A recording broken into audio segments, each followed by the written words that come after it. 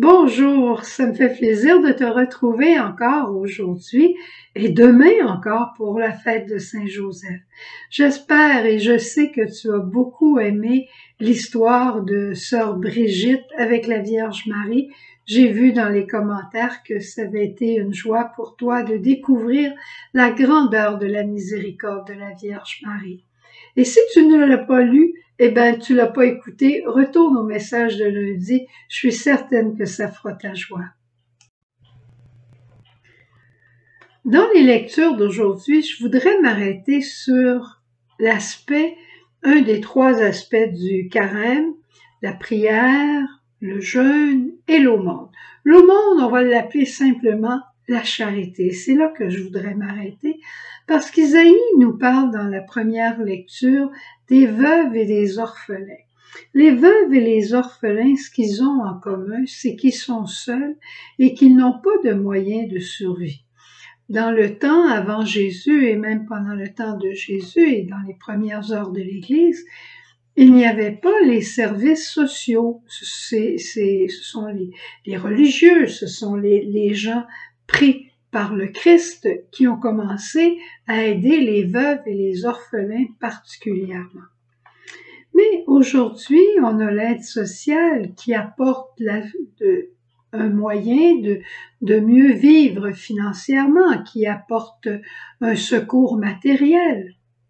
Mais le secours du cœur, à qui va-t-on aller? À qui va aller un orphelin aujourd'hui? À qui va aller une veuve pour trouver le bien-être de son âme? Elle va aller à Jésus, tu vas me dire, c'est vrai. Mais toi et moi, peut-être qu'on a notre part à faire. Regardons d'abord les enfants, les orphelins. Les enfants des orphelins, on en a moins qu'on en avait. Mais par contre, on a encore beaucoup d'enfants qui se retrouvent tout seuls à la maison pendant les fins de semaine avec des grands temps où ils sont devant leur écran. Des grands temps où ils ont autour de leur cou la clé. Ils s'en vont ici, ils s'en vont là. Ils arrivent à la maison les premiers, ils n'ont personne à crier « Maman, je suis là ». Ça leur donne rien de crier, il n'y a personne qui va leur répondre. Le vendredi soir, ils savent pas toujours où ils vont s'en aller, à une place ou à l'autre. Si tu es grand-parent, prends le temps de jouer avec tes petits-enfants. Les petits-enfants, ils sont toujours prêts à jouer. Jouer aux cartes, faire des jeux. Pas seulement vouloir les faire prier, les faire parler, oui, mais pendant qu'un enfant joue, il parle. Et c'est là qu'on va l'entendre. Lui offrir un bon morceau de gâteau au chocolat, même si il devrait pas en manger. Un bon morceau de gâteau au chocolat, même si c'est dans le temps du carême, parce que pendant qu'il va faire ça, il va être heureux et il va aussi te parler. Et ce qu'il va te dire, peut-être que tu vas pouvoir t'en servir dans ta prière pour l'aider. Il va sentir qu'il y a un cœur qui l'aime. L'enfant a besoin d'être aimé. Et aime-le à sa manière d'enfant, pas une manière d'adulte. Les veuves. On rencontre souvent, après la messe, le dimanche ou dans la semaine, des femmes qui sont seules, qui sont veuves. C'est fin des fois de leur dire « Aimerais-tu dimanche prochain venir manger chez nous ?» Ou simplement, après une messe de semaine, dire « J'ai préparé une bonne soupe, aimerais-tu venir chez moi ce midi partager la soupe avec moi ?»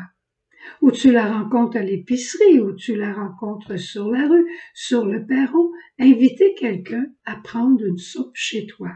Pourquoi? Pour lui permettre d'être en contact, que son cœur puisse s'épancher. Pour créer des liens, pour se parler face à face, pas juste avec FaceTime, se parler face à face.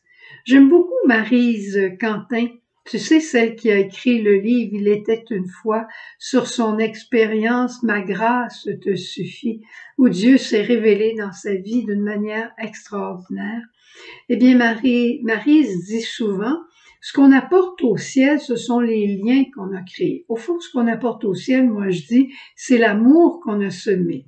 Alors, c'est l'heure encore de semer de l'amour autour de toi et les veuves sont une terre extraordinaire pour y semer de l'amitié. La personne a besoin de contact humain. C'est la même chose quand tu passes chez Tim Hortons. Tu passes devant un restaurant sur la rue et tu vois un mendiant qui est là. Tu peux bien lui donner 2 $ et c'est très beau. Tu peux bien lui donner un café, mais prends le temps de lui sourire. Prends le temps de lui demander comment il va et d'écouter sa réponse. Et plus encore, ben ça, c'est des jeunes qui sont capables de faire ça. Tu dis, tu voudrais avoir un café? Il va te dire oui, c'est sûr. Eh ben, rentre avec moi, on va prendre un café ensemble. Et là, ben, c'est ça, mais tu vas prendre le temps d'écouter la personne, de créer un lien, d'être en relation avec cette personne. On pourrait prendre un café, toi et moi, ensemble. Je me contente de boire de l'eau, mais j'ai l'impression qu'à travers le message lumière, on se rend compte dans ce sens-là. Je vois le temps qui avance. Je voulais aussi te parler dans les salles d'attente. Quand tu vas à l'hôpital, quand tu vas au bureau du médecin ou dans un autre bureau, combien souvent les gens vont avoir le nez sur leur cellulaire ou bien ils vont avoir le nez dans leur journal comme pour dire « j'ai pas envie de te parler ». L'histoire n'est pas de compter ta vie, mais s'il y a quelqu'un à côté de toi, quelqu'un qui a envie de te conter quelque chose, garde ton cœur ouvert si cette personne-là a besoin de parler. En conclusion, Jésus est au tabernacle, oui, mais il est dans le cœur de ton petit enfant, même s'il n'est pas baptisé. Il est dans le cœur de ta voisine qui est seule chez toi, près de chez toi, et qui aimerait parler. Alors, qu'est-ce que tu dis? On s'ouvre à la dimension de l'amour de Dieu pendant ce carême et on aime.